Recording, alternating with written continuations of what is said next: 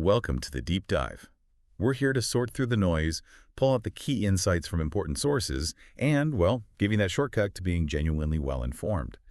Today, we are tackling something absolutely fundamental, securing your financial future in retirement.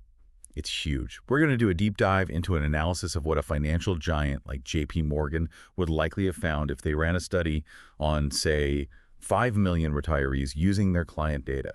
Our mission here is to really distill those inferred findings into actionable knowledge for you. That's exactly right.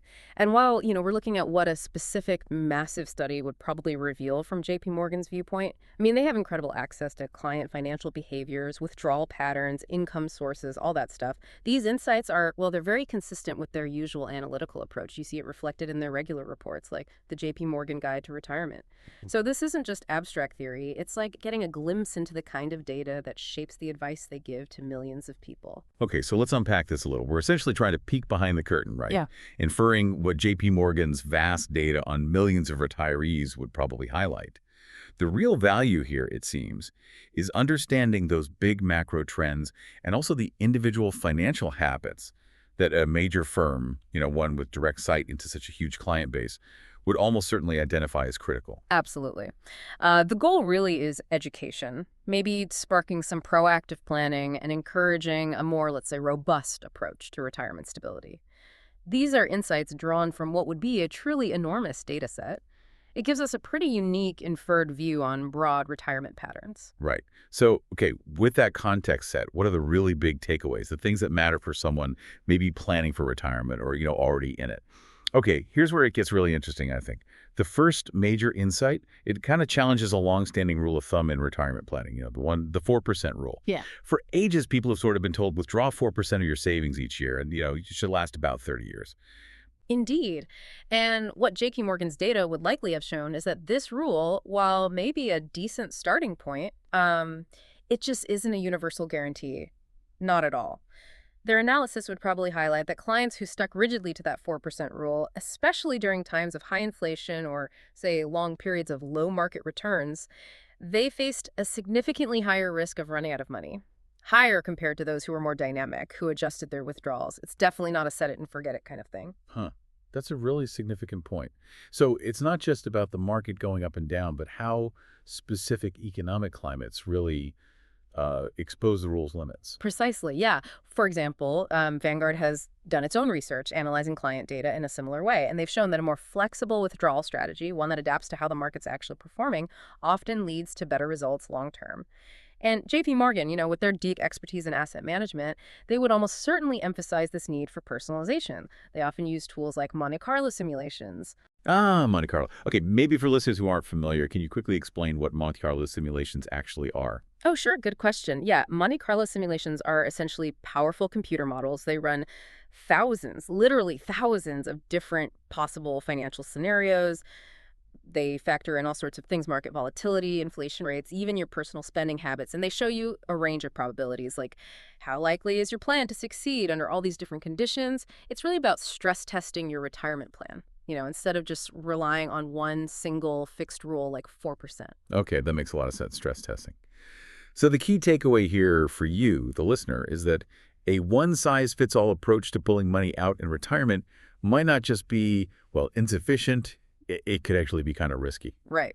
Building on that, let's shift gears slightly to another factor, one that can have a massive impact on retirement savings, medical expenses. This is one that often seems to catch people off guard. Oh, it really, really does. The JP Morgan analysis would almost certainly have identified medical expenses as one of the biggest and maybe most underestimated threats to financial security in retirement. Especially as people get older, they'd see that directly in their clients' spending patterns, their cash flows. And we have other data that backs this up. For instance, there was a 2023 report from Fidelity Investments. They estimated that a typical 65-year-old retired couple might need something like $315,000. And that's just for medical expenses during their retirement. Wow. $315,000. That's a staggering figure. It really makes you stop and think. It is. And the inferred JP Morgan data would likely confirm that, a large chunk of retirees just haven't factored these kinds of escalating costs into their long-term plans properly. And the result, well, they end up potentially depleting their savings much, much faster than they ever anticipated. So what can people actually do then? What are the most effective ways for someone listening to prepare for that kind of, well, potential financial hit? Yeah, it's really crucial to build a solid healthcare strategy into your overall retirement plan. And that means thinking beyond just Medicare. Considering supplementary health insurance, sometimes called Medigap, is often vital, and maybe even dedicating specific investment funds just for healthcare costs. Also, exploring things like health savings accounts, HSAs. Okay, HSAs. Could you do a quick breakdown of what those are too, for anyone maybe unfamiliar? Sure, happy to.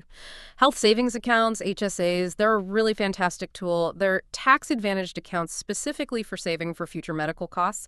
Often your contributions are tax deductible, the money inside grows tax-free, and withdrawals are tax-free too, as long as they're for qualified medical expenses. They can be incredibly powerful, especially if you happen to be enrolled in a high-deductible health plan during your working years. And then, another thing to consider, maybe investigate, is long-term care insurance. That addresses a different but potentially equally large cost later in life. Right. So it really boils down to this question for you, the listener. Beyond just your general retirement savings pot, have you actually, realistically, earmarked specific funds or strategies just for those future healthcare costs? That's a big one. Okay, our third crucial insight from this deep dive. This one really gets at financial resilience. It's all about building a strong income foundation for retirement. Yes, exactly. This is an area where JP Morgan's analysis would have surely underscored the power of having multiple income streams coming in during retirement. Their data would likely illustrate how clients who had diversified income, maybe, say, a pension plus some investment income, maybe some rental income, or even strategic part-time work, how they showed much greater financial stability. Especially, when the economy hit rough patches, they were more adaptable. And that contrasts pretty sharply with retirees who were maybe relying solely on one source, like just Social Security, for example. You see similar findings in studies from other places, too, like Charles Schwab. They consistently show that retirees with diversified incomes are just, well, better positioned to handle economic uncertainty. And it makes sense, right? JP Morgan's expertise is in asset management, so they'd naturally emphasize not just having a diversified investment portfolio, but creating a diversified income stream from that portfolio. Thinking about drawing income from different types of assets that generate passive income, dividends, bonds, etc. That insight feels really practical, empowering even.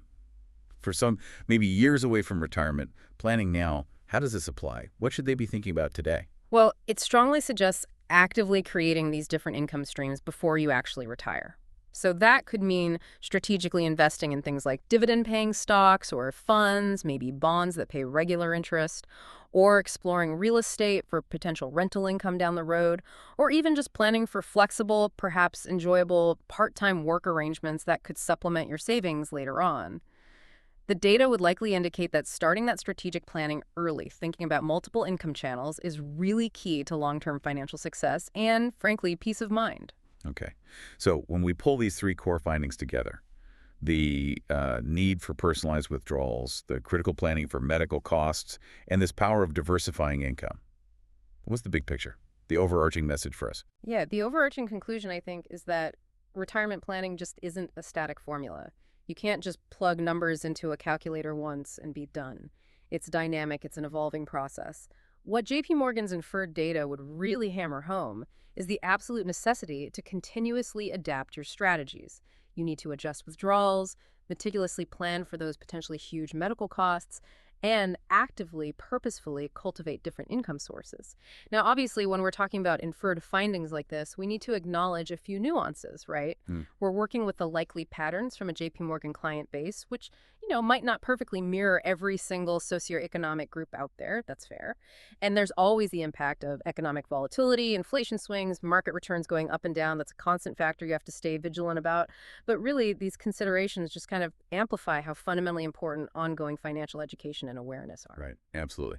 So, given all of that, what are the most practical, actionable recommendations you'd want to leave our listeners with today? The key takeaways.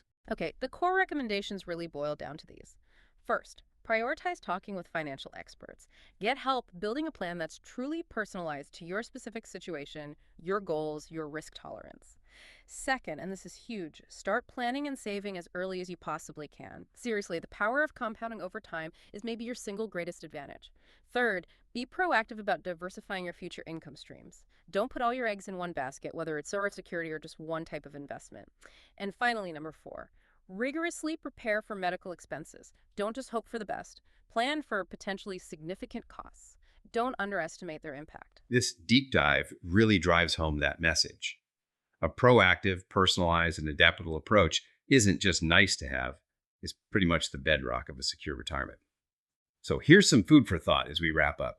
Considering everything we've discussed today, these inferred insights, what's maybe one immediate adjustment or perhaps a new area of research that you feel inspired to explore for your own retirement planning, something to mull over. Thank you so much for joining us on this deep dive into these crucial retirement insights.